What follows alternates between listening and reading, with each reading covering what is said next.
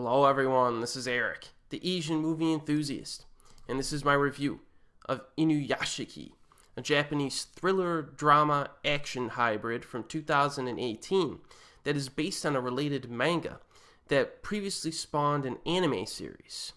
Now this live-action version was directed by Shinsuke Sato, and I discussed this director briefly when I reviewed the recent live-action Bleach movie.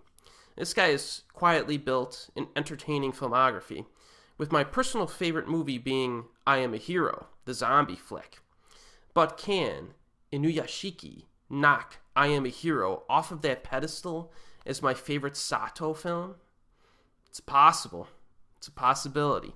This film is about a 50-plus-year-old office worker, played by Noritake Kinashi, who is hit by a meteorite. Ouch. And is gifted with alien technology that provides all kinds of benefits and abilities.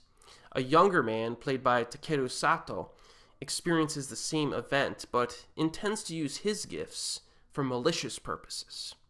Now, one thing you'll notice about this film, especially early on, is that it focuses a lot on character development. Our protagonist, the older dude, constantly gets pushed around and insulted by family and coworkers alike. Now, there are plenty of bad bosses out there in real life, but the abuse this guy takes at home is completely unacceptable. I mean, his daughter especially will just tell him right to his face how bad of a father he is, and that he's a failure in life and all this stuff.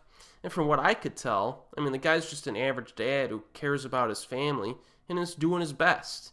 So the viewer will definitely be on his side early and often throughout the film, because this guy takes a lot of crap from everyone. A lot of unnecessary criticism. Everybody's got their flaws, but geesh. Leave the guy alone for a minute. So when he's endowed with these special powers, it's interesting to see what he decides to do with them.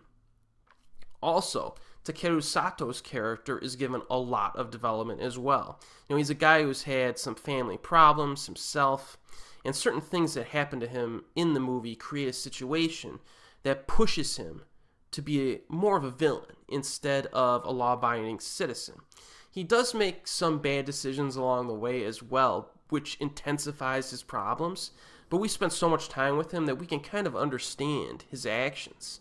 And in some cases, I was rooting for him to succeed in some of his criminal acts based on who they were directed towards. So that's kind of unique for a film. And when you watch the film, you'll know why. So Inuyashiki definitely has a solid foundation of characters to build on now, right? The opening half of the film is a bit on the slow side because it takes its time to kind of set everything up. But if you paid attention to my genre descriptions at the beginning of this video, you will have an idea of the kinds of crowd-pleasing genres that await you during the second half. Now, this movie contributes one of the best sequences I've seen from any film all year, and it involves internet trolls. Yes, a very unique scene that I will probably never forget for the rest of my life. There's a certain intensity to the thriller elements in this film that are impactful, and it does get a bit bloody. And the film becomes actually very exciting when it needs to be as well. So that's all I'm going to say regarding the thriller action stuff. The acting, solid across the board. I'm unfamiliar with Noritake Kinashi, but I liked his performance in this. Very good protagonist.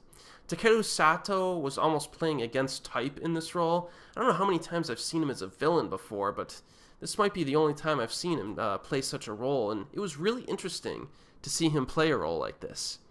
And he played it with some depth and nuance.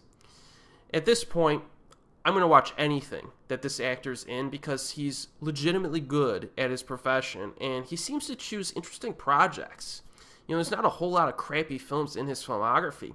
I think the big blemish on his filmography was a film called Real from 2013, which bored the crap out of me. Everything else, basically, in his filmography is worth watching that I've seen so far.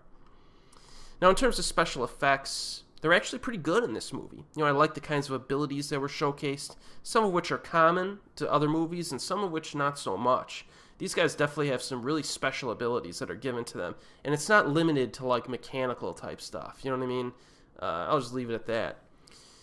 So are there any negatives about this film? Well, I will say that I borderline hated the old man's family because they were just so disrespectful to him for little reason. This is especially true of the daughter. So I kind of had difficulty caring about their well-being at certain points in the film. I think the script went maybe a little bit too far in making them so unlikable. I mean, I just wanted to smack her across the face multiple times in this movie.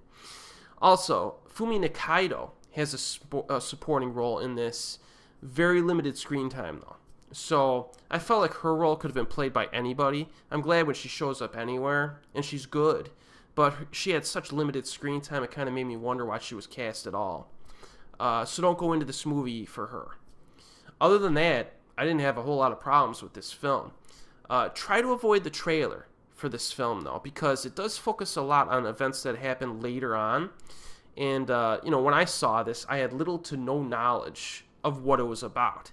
All I knew was that Ray from Asian Film has strongly recommended it, and now I'm strongly recommending it, so you don't need to watch the trailer. You just watch the movie when it becomes available. And speaking of availability, I watched this movie on a plane flight to Japan.